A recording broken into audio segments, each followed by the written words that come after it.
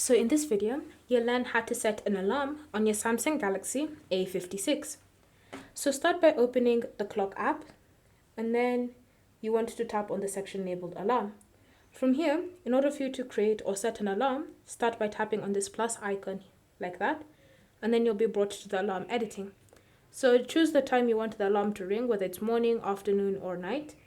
And then you can choose to have it be a repeat alarm or just be a one-time thing.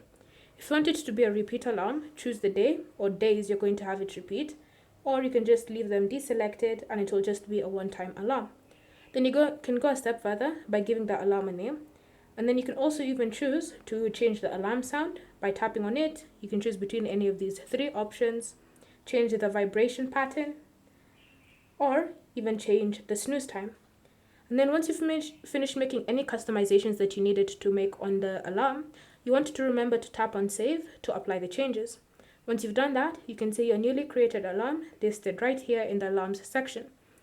Thank you for watching. If you have any questions or comments about the setting or creation of an alarm on your A56, leave them down below and we'll get back to you.